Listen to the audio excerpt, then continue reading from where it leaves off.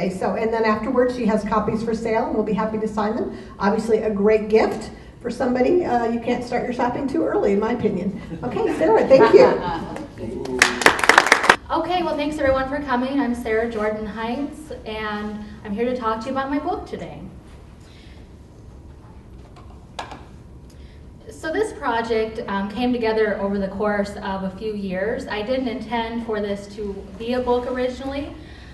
They started as magazine articles for my family business, Midwest Today. And it's a magazine my parents started almost 30 years ago. So I first started writing for that when I was about 14. And when I was 16, I thought it might be fun to combine some interests, being our Midwest-based format with my love of old Hollywood. So I convinced my parents to let me do my own series. And with the angle being, I would profile Hollywood Golden Age celebrities, but they would all have been from the Midwest. So then this book came together as kind of the best 12 I did. I wanted to kind of use an even number of celebrities for the book.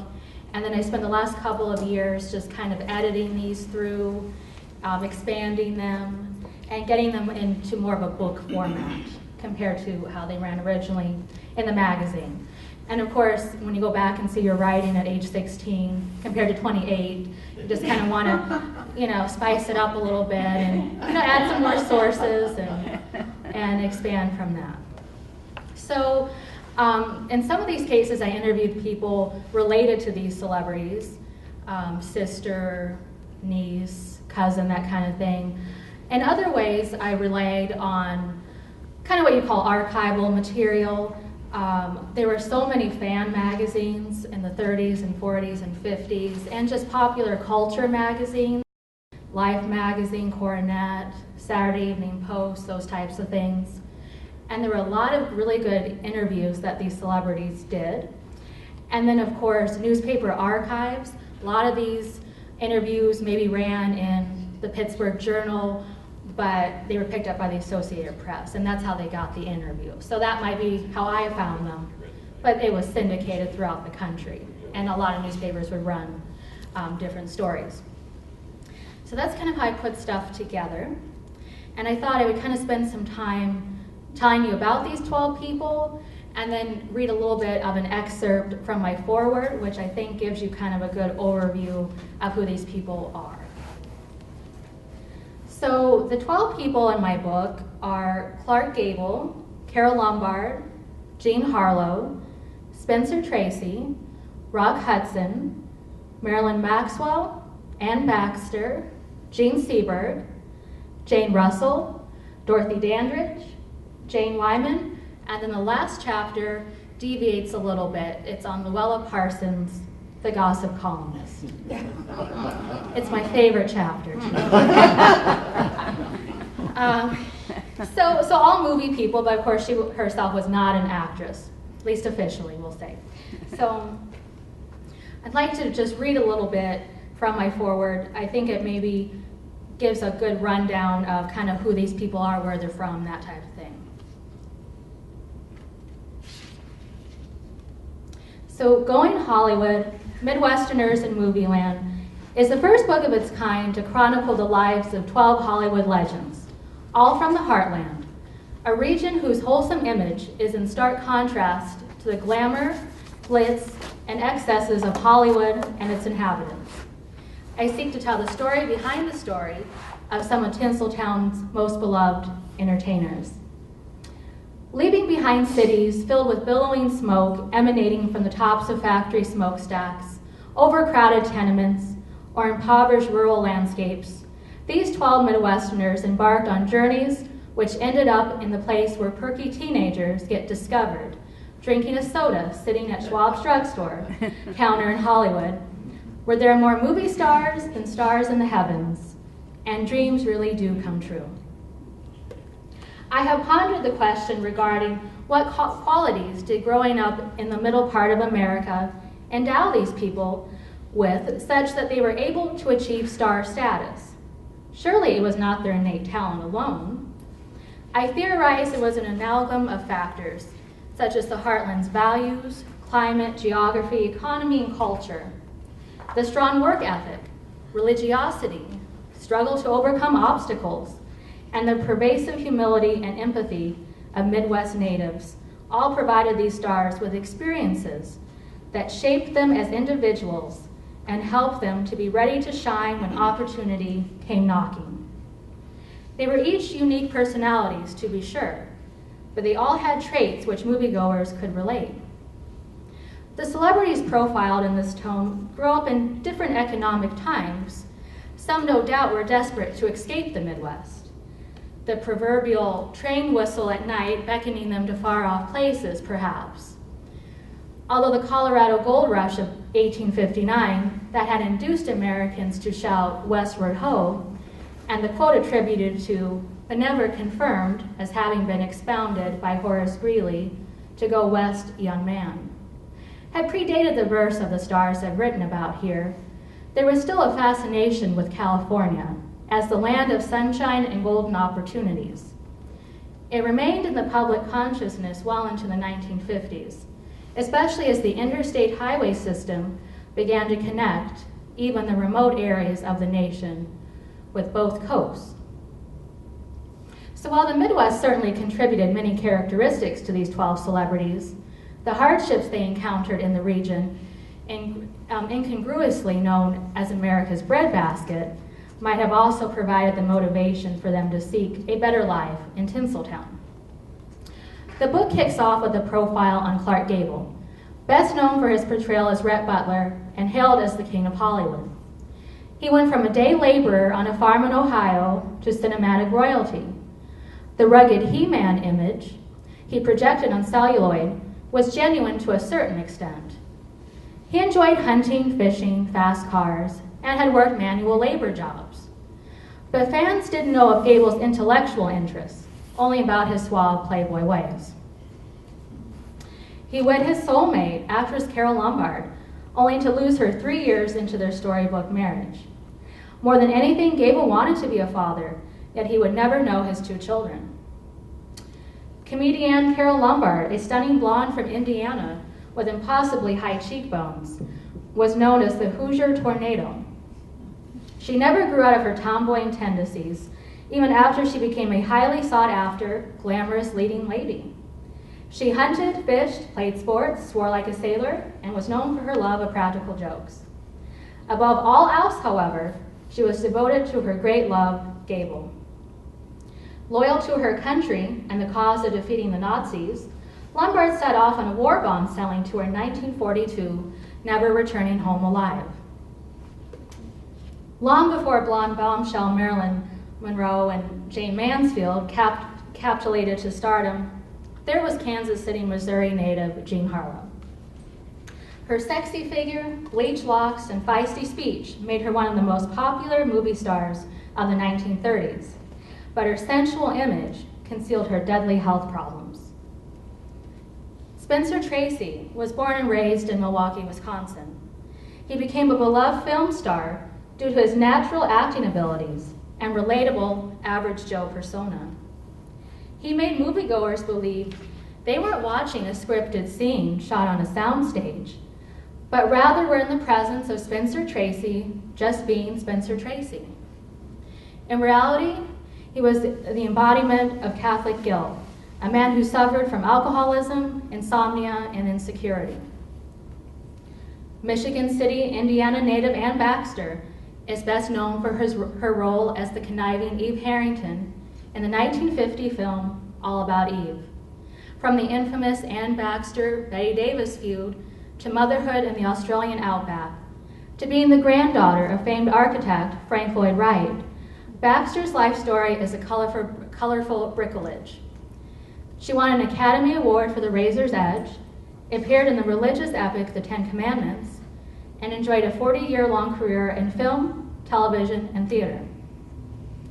Gene Seberg had a small-town Lutheran upbringing in the manufacturing city of Marshalltown, Iowa. Despite having no formal acting training, at age 18, she beat out 18,000 other contenders for the role of Joan of Arc in the film St. Joan. She became the darling of French New Wave cinema with her breakout role in the film Breathless, and appeared alongside Warren Beatty in the psychological thriller Lilith. She lived fast and hard in Europe and was preyed upon by the FBI because of her leftist causes. Brash, ultra-religious, and conservative, Jane Russell paradoxically embraced her sex symbol status. Growing up in the northern Minnesota town of Bemidji and marrying young, she was discovered by Hollywood billionaire Howard Hughes, who shaped her image and launched her career in the salacious film The Outlaw. Russell represented liberated and ballsy women, making a stand in a man's world. Dorothy Dandridge, America's first interracial movie star who hailed from Cleveland, Ohio, believed she could have captured the world if she had only been born white. She was an early manifestation of the Black is beautiful mantra, but was never able to break free from the crushing hands of racism and sexism, both on and off the big screen. Winnetka, Illinois native Rock Hudson made women and men swoon whenever he entered a movie scene. In 1957, he was voted the #1 name power star, and his movies with Doris Day captured the essence of the changing sexual mores of the late 1950s and early 1960s. Hudson led a private existence, shunning fans and the press, and living with a secret he desperately tried to take with him to the grave. Clarinda, Iowa, may best be known as the hometown of swing king Glenn Miller, but a perky comedic blonde named Marilyn Maxwell grew up in the small town during the Roaring '20s. A popular big band singer, USO performer, and movie actress, she was known in the Paramount lot as Mrs. Bob Hope, the very married Miss Bob Hope. Her longtime relationship with Rock Hudson had parallels to that of the TV sitcom Will and Grace. Jane Wyman, Ronald Reagan's first wife and mother of his eldest 2 children, was a native of St. Joe, Missouri. Her legacy is shaped by her 50-year-long career in film and television. She is also the only woman, having once been married to a president, to win an Academy Award. The last person in my book is Luella Parsons. She was born in Freeport, Illinois. She became famous through her tempestuous reporting on the lives of the beautiful and glamorous players of the movie world. She broke the most controversial, scandalous, and tantalizing Tinseltown stories of her day and blackmailed the most celebrated and famed names in the industry, including some of the subjects featured in this book. Parsons was Hollywood's top and most feared gossip columnist for 40 years, and notoriety compounded by mutual animus with rival columnist Hedda Hopper.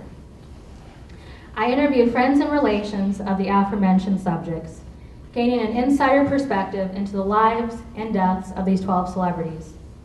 In addition, I acquired a collection of books, magazines, and newspaper articles, dusting off rare material, not read in decades, long forgotten, and overlooked until now. So, this gives kind of... So, since this is a book on 12 people, it's kind of nice. I give you kind of a glimpse of these people's lives and kind of a nice overview, highlight of their personal lives and film careers, without necessarily the reader going to the trouble of reading maybe a 500-page biography on just one of them. So it's kind of 12 books in one, is kind of the way I've been touting it. Any questions at this point? Yeah. Mary, you want to go first? Yeah, go ahead. How did you get interested in film stars of that era? Yeah, that's a good question. Well, because you're so old. yes, because I'm pushing 30. Yes. Well, it was definitely an interest that my parents nurtured. Now, they're baby boomers, so some of these people in my book, they knew more from television than necessarily their film careers. And Turner Classic Movies was always on TV, and I just found it to be a really nice way of escapism. I kind of started getting interested in these people during my junior high, preteen years, you know, where you don't feel like you fit in anywhere, but you know, watching these people up on a movie screen was just different from my world, growing up in small town Iowa. The women wearing the hats and the gloves, and everything just seemed so sophisticated and glamorous. And I just really fell in love with these people. And certainly more people than are in my book. This is more of the Midwest angle. But I really love Barbara Stanwyck and Betty Davis, Cary Grant, David Niven's one of my favorite people ever, Jean Tierney. And just, you know, the MGM musicals, I like film noir. And there's thousands, you could never see all of them. So inevitably people ask, have you seen this movie? And I haven't, but I've seen so many others. So it really started in junior high, I would say. And it just kind of grew from there, and decided to turn those articles into this book. So just, you know, kind of wrote it a little differently than the average person might go about writing a book, since I hadn't intended it to be a book. So I had to go back through, and I've got all my sources in the back and a bibliography, and it's kind of a nice way of, you can kind of see where I was going with the sources and find some of those magazine, newspaper articles. So putting that together was a little bit of a challenge after the fact, but I think worth it to kind of see what the theme was. And definitely a lot of newspaper accounts and what you call the AP, Associated Press, or UPI, Universal Press, were really valuable sources for me, because everyone in this book is deceased. So what I like to do as a historian is to try to really breathe new life into these stories. And we have people like Jean Harlow, who have been gone for 80 years, and to try to make her still relevant and interesting, I think is really what I like to do as a writer of history, to make these people still feel relevant. That just because all these decades have gone by doesn't mean they're any less interesting or worthy of getting to know. So that's certainly one of my big goals with this book, is to get people interested and maybe re-interested in old Hollywood, and maybe people even younger than the average, you know, baby boomer, older age, who know these people. Try to get a younger generation interested in kind of the Hollywood of yesteryear, because it's so different from today. I remember once one of my history professors at Iowa had said, "The past is a foreign country." And that really stuck with me, because you just wanted, you can't kind of look at something or a story or an incident and apply it with your 21st century feelings. You know, even watching some of those old movies and the women have these mink coats on, and you're just mortified, of course, you know, in the age of PETA. But that was such a social standing. That was just such a way that you were, you know, high society and glamorous when you aspired to. So you have to put it in kind of its place and time. You don't have to agree with it or like it necessarily, whatever the case may be, but to better understand what was going on at the time. I think it's really valuable in this type of thing. So I thought, since there's 12 people in my book, I would kind of maybe focus a little more in depth on just a couple of them. That's why I read you my foreword, just so you kind of get a feel for all of them, where they're all from. I thought one thing that would be kind of interesting to talk about would be Luella Parsons. So I had told you previously that she was a gossip columnist. And again, this is such a bygone thing with social media. Today, we don't really think of the newspapers having columnists that could make or break your life and your career and blacklist you. But Luella was with the very powerful Hearst Syndicate. And at the height of William Randolph Hearst's influence, 1 in 4 Americans read a Hearst paper. Not just a newspaper, but a Hearst paper. And Luella, at kind of her height, was syndicated in over 1,000 papers and had readership in the tens of millions. And this is before Twitter and Instagram and Facebook and social networking. This was just radio, really, and newspapers that were propelling her career. So, as I said, Luella was born in Freeport, Illinois in the late 1880s. And she got her career started really at the local paper, but then went on to Chicago. That was kind of the next big step. But what was exciting about the Chicago of the early part of the 20th century is it was also a movie-making hub. So a lot of those people who then had a career in silent pictures started out in movies in Chicago. Like Gloria Swanson would be a really good example of someone she would have known. So Luella took a job at SNA Studios, where she was in charge of going through what was called being the scenario editor. So movies were made at such rapid succession, they would maybe be only 10, 15, 20 minutes long. It was just rapid fire production, and then movie studios were running out of ideas. So you could write in with a scenario for a movie, and if they chose you, they'd send you a check for maybe $25 or something, and they'd use your scenario. So that's how Luella got interested in the movie business. She then took that career with her, that interest, to New York, where she continued to be a newspaper reporter in an age where women weren't in newspapers, and they certainly weren't doing things besides kind of society types of writing. And that's where she decided she wanted to get kind of more with the Hearst Syndicate. So what she decided to do was befriend his mistress, Marion Davies. And she figured if she could write really nice stories about Marion's movies, which were kind of so-so, maybe this would catch Hearst's attention, because he was pouring a lot of his money and time into her career. He was funding her movie career. They had a very long-standing extramarital affair, lasted decades. He was about 30 years older than her, and it worked. And Luella got a column with his paper, and then was able to become syndicated with the Hearst Syndicate. And she did remain friends with Marion Davies, but it was a little bit of a user kind of situation, at least in the beginning. So one story I have in my book, and it's kind of fun to have stories even if you don't know if they're totally true, but I kind of preface that with it's a theory or it's a rumor. But right before Luella got her syndicated column, she was on a yacht, one of Hearst's yachts, with some other movie people, Charlie Chaplin included. And there was a death on board. Thomas Ince passed away rather unexpectedly. Now, he may not be a name a lot of people know today, but he's credited as being the father of what we know as the Westerns. So that was kind of his big claim to fame. And he was helping Marion on a movie.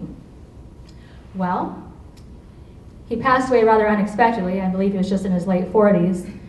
And the rumors really wouldn't die down as to what happened.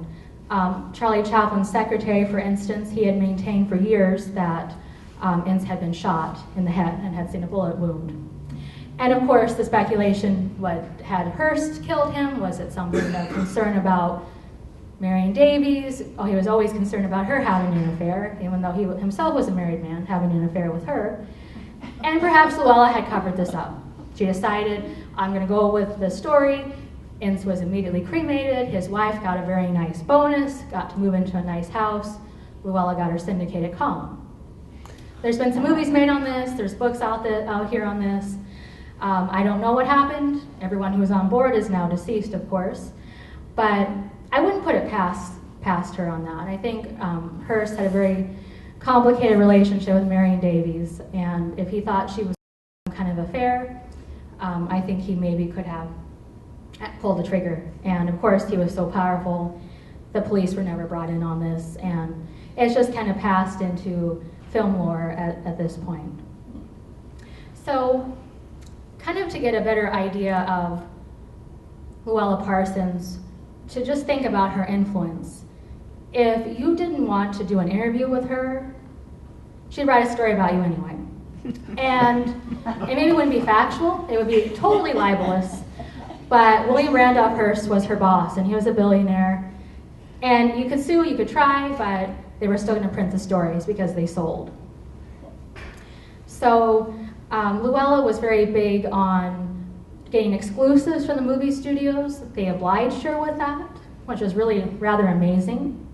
She had a team of spies, which included busboys, hairstylists, the ladies who did your nails, just whoever maybe had a little dirt on a celebrity. And she would really just run a rumor. And so a lot of these celebrities got to the point where they decided to answer her phone calls and see if they could perhaps have any way of doing a little damage control by agreeing to be interviewed. Now, what else is interesting, going back to Marion Davies, is whatever movie studio she was signed with, the bulk of the publicity in Luella's column would adjust accordingly. So if Marion was with Columbia Pictures and you were too, you reaped the benefits. That was who got the emphasis in her columns.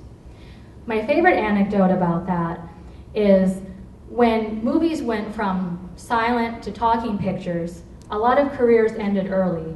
A lot of early talent came from Europe. Perhaps they had a heavy accent or a New York accent or something that maybe wouldn't translate easily in a lot of film roles. So a lot of careers ended before they really began. Now Marion, on the other hand, didn't have that problem. She was American, but she had a stutter. And so what Hearst thought Luella could do in her column is to talk disparagingly about talking pictures. She'd seen them, she didn't like them, they weren't going anywhere. They weren't the future. Because he didn't want Marion Davies' career to be over. I mean, could you imagine if she had succeeded in that and it was just because of the newspaper mogul's mistress? I mean, and of course, this is the good old days, remember.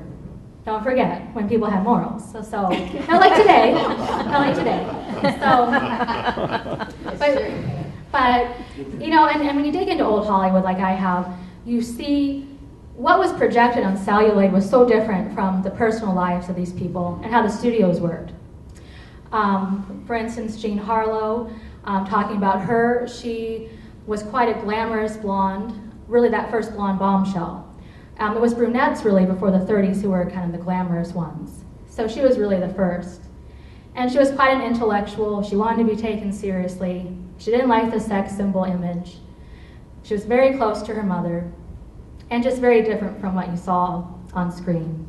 She married much older men, didn't have a strong relationship with her father, that kind of thing. And so she married an MGM producer named Paul Byrne, much older than her. And within months of their marriage, she was found dead of a gunshot wound to the head. Everyone's always found nude, by the way. I always find that odd. And she was with her mother having dinner that night. She wasn't at home. But when the maid and butler came the next day to get the house ready, they found him. And at least according to the maid, he had a visitor the evening before that was later identified as a lady named Dorothy Millette, who was his common-law wife. So, off the bat, MGM has a problem. Paul Byrne is a bigamist, and he's married to their top star. And he's been found dead of a gunshot wound to the head. So, I'm just checking on time here. So, You can't leave us here. okay, and I'm sorry, our time is up. So, You have to buy the book. yeah, but no, I'll tell you a little bit more. So now Paul Byrne wasn't just a nobody. Maybe you don't know him now, but he was a big-time executive at MGM and had a lot of clout and power and was pretty well liked. But MGM decided they had to protect the baby, as Jean was known. And so they decided at first that it was going to be some kind of marital spat. That's why and then he killed himself. That was always very clear that it was a suicide for them. But Paul's brother, when he talked to the press, had acknowledged Dorothy's existence. Now when you say common law, they lived together for many years. She had some mental health issues. I guess really what would be kind of like a sanitarium. And he left her, was paying for her care, but he moved on to Hollywood and later married Jean and kind of moved on with his life. But Paul had told Samuel Marks that Dorothy was kind of back in his life and just more as a friendship, and he wanted to explain to her that he was married now. So that book that Samuel Marks wrote in the early 90s was really helpful in piecing this together, because he had worked in MGM's publicity department for people who were known as the fixers, who would very much control information, whether it was you were a sexy leading man, but you were also gay. They would, kind of fix that story, or whatever was needed to match the image. So when Paul Byrne is found dead, before the Los Angeles police even get there, Irving Thalberg and Louis B. Mayer, I believe, some of the top executives at MGM were found going through Paul Byrne's personal effects. And MGM had their own police department as well. They really were like a small city. So, Sorry. no, you're good. And so they later decided, okay, so he's got a common law wife, She may have been involved. She's a little mentally unstable. She's found dead a few days later, having jumped off a barge in the San Francisco harbor. So she's dead now too. She just did that, she accidentally fell off a barge. And maybe not. I mean, I think that's very odd timing. Or maybe had killed herself in despair. Who knows? Did she have a gunshot wound? I know, right? I know, right? And then She it's knew? And was she accidental. No, but I mean, it's just the stories, you can't help but wonder conspiracy sometimes. But so MGM decided the best route to go would be to have Jean do some interviews. She didn't talk to the police for a while. She wasn't even at the inquest. They said she couldn't go. She and the MGM people and her stepfather, Marino Bello, who was a mobster, they kind of were running the show on this. So Jean eventually did a magazine interview with Adela Rogers St. John, who was kind of a contemporary of Llewellyn's. And of course, it was only in so many words, since this is the 30s, but that Paul had decided to kill himself because he was impotent and could not consummate the marriage. So they thought this was a good route to go. They thought this was, a great idea, and who cares about Paul's legacy or if this was even true, just as long as Jean came out looking good. And she did. She did come out of this as strong as ever and continued to make pictures until her untimely death in 1937. She died when she was 26 years old of kidney failure. Not really sure why her kidneys were in such bad shape. Perhaps dialysis today could have saved her life, but that was not an option back then. Any more questions at this point? Yeah, go ahead, Bill. Sarah, from the outset of all your research and study to now publishing, what type of timeline or amount of time would you say it took for this book? Yeah, that's a good question. So I was first getting the idea about putting these together as a book in about 2014. I only had 11 people in mind though, so I wanted to round it up, and then I wrote the Jean Harlow article for the magazine. And so it was really kind of early 2015. I originally pitched this idea to different publishing houses. I got no's really just because they thought it might be hard to sell a book of 12 people. One person might be easier to market. And publishing has changed so much. So the book is actually through my father, Larry Jordan's imprint. It's called Page Turner Books. So he finally kind of had enough time to help me put the book together and the layout of it. You have to put it all together kind of like if you were laying out a newspaper, and put the pages in order, put page numbers on, lay in photos. I mean, it's very complicated design work. So I kind of had the project on hold for a little bit. I wasn't actively working on it. And about that time, I also started at the Times Republican. So, I had some other projects going on where the book kind of had to take a little bit of a back seat. So if I'd been working on it every day, I'm sure it would have gone much quicker, that type of thing. Yeah, Sister Chris? Do you see a volume 2 coming out? I mean, John Yes. Wood's not in there. Yes. So I've definitely been asked about doing a volume 2. I did have that in my forward about, I definitely think that's down the road. It's certainly not a comprehensive view of everyone from the Midwest. There's so many people. Of course, John Wayne being one, Fred Astaire, Ginger Rogers, Betty Grable, definitely think have a place, Gloria Swanson. But again, it's just kind of the time and money factor and putting together a book and how well the first volume sells. But I do think what is nice about this volume of my book, it's a good mix of people. You've got some household names, and you've got some people that are maybe a little less remembered, maybe like Marilyn Maxwell or Ann Baxter. And then a range in age too. I would say Jean Seberg is the youngest, Luella Parsons would be the oldest. And I really just wrote about these people kind of based on my interest in them at the time for the magazine. So that kind of is another explanation for how this became the 12 that became in the book. Yeah, go ahead, Bob. I'm sure most of us in this room are very pleased that Jean Seberg is one of the persons in your book. I certainly am. Yeah, and I really got interested in Jean even before we moved to Marshalltown. But that's actually what I was going to ask you. When did she come into your awareness? And Yeah. how did she rise to the level of being included in your book? Yeah, so I wrote the magazine article on her in 2008. And it was really just a random conversation with my father when we were talking about people to profile for the next issue, that type of thing. And he had remembered her dying rather tragically, found in her car, deceased, but couldn't remember her name just at that second. And I thought, okay, I've got found dead in car, okay, how am I going to Google this? But I didn't have to. That night I was watching Turner Classic Movies. I was kind of dozing off, and Robert Osborne came on presenting Bonjour Tristesse with Jane Seberg. I think he must have connected her from Iowa somehow for me to put that together. And I thought, well, that's where I'm going to go with this now. And of course, as I delved in, it's so fascinating. And she's fascinating beyond Marshalltown, really. Really. I mean, I've had some good feedback from people who bought my book from overseas and even New York City, and they just want to talk about Jane Seberg. I did a podcast on True Stories of Tinseltown. You can find that online. And I'll probably go on again with Grace, who does a podcast, just to talk about Jane Seberg. This first one was kind of an overview of my book. So she really remains very popular. I interviewed Jane's sister, Marianne, for the article and the chapter now, and got a really nice note from her about how she felt like it was pretty accurate and a nice portrayal. So that's definitely rewarding to get that kind of good feedback, because it's a heavy topic for a sister to read. I mean, we all know how it ended. So to feel like I did a good job of representing her sister, someone who of course knew her so well, is definitely rewarding in this. To feel like, you kind of nailed it, you got it, you understood the essence of this person.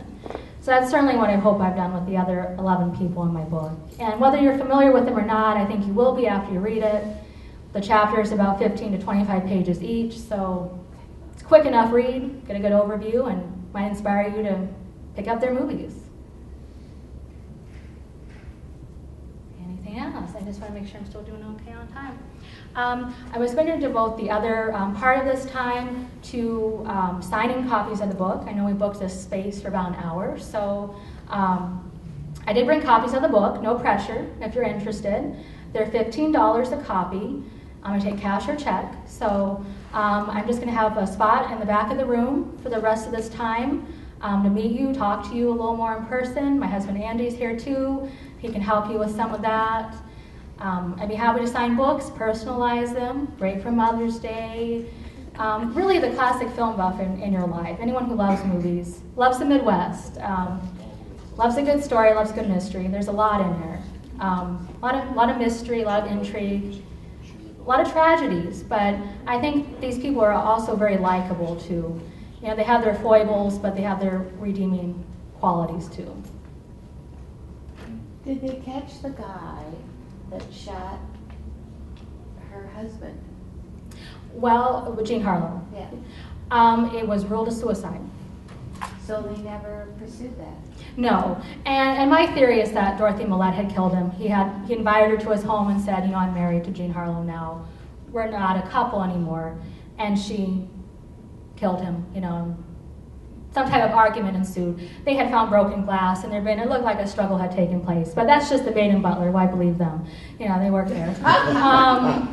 The butler didn't do it. Yeah. And of course, Jean was away too. Perhaps that was planned, that he did not want her home. When Dorothy was coming, she did not know about Dorothy's existence.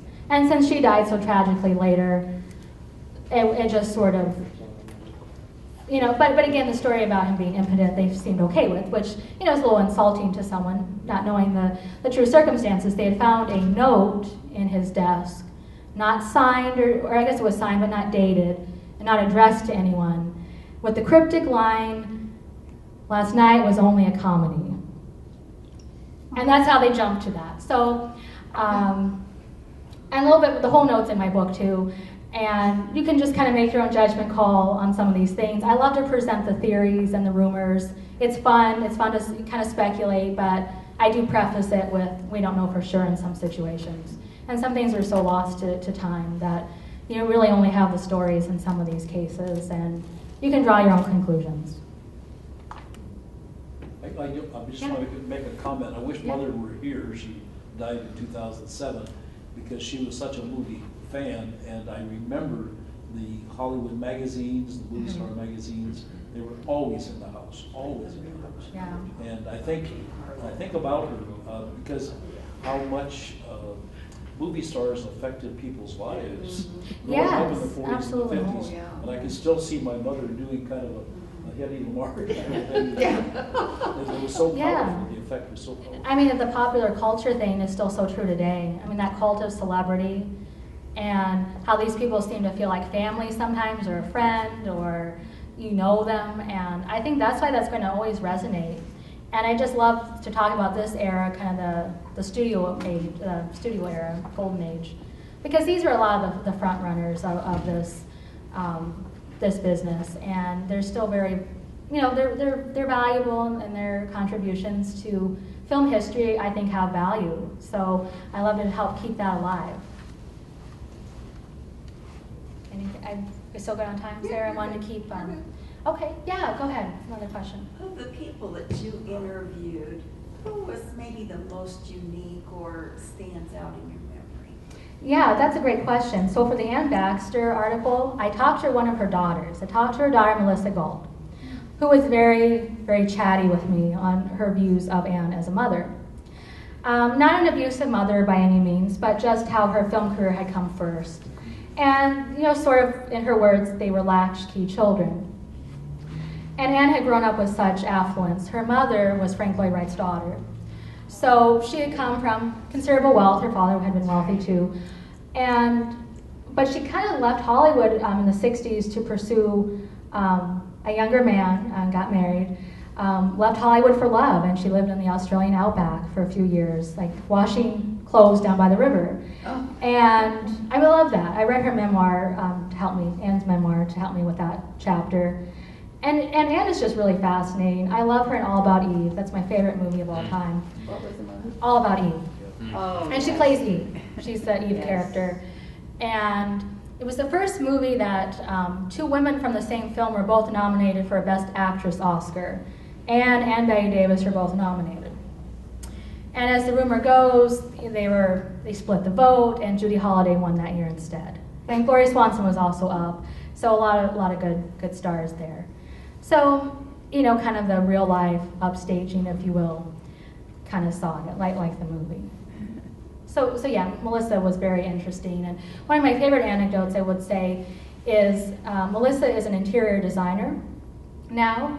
And she told me when she was going to design school, you know, a few years back, that she had no idea how famous her great-grandfather was until Frank Lloyd Wright was appearing in her textbooks. Oh. And she said, I had no idea. And I just thought, you know, how cool, because we all know Frank Lloyd Wright. I mean, we all know him. So, you know, I think that speaks a little bit about them being somewhat down to earth, too. But I just love that. And, you know, just flipping through going, oh, wow, there he is again. So that was a good one. That was a really nice, intimate conversation, too, that you don't always have with everyone. So that was a good one. Any other questions or comments before I start doing the signing? We just appreciate all the work that you've done on this.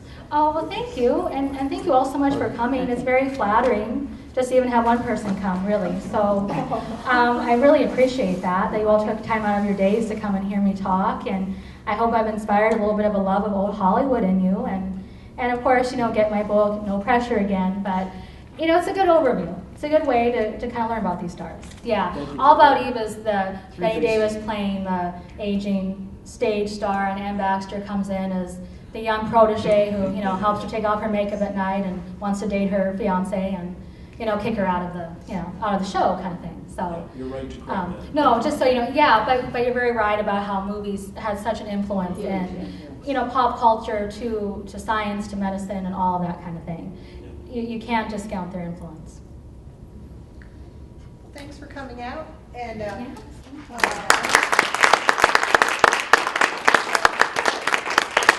you haven't come to our monthly movies, Tom shows many of these movies, and he always knows if there's an Iowa connection, Tom knows it.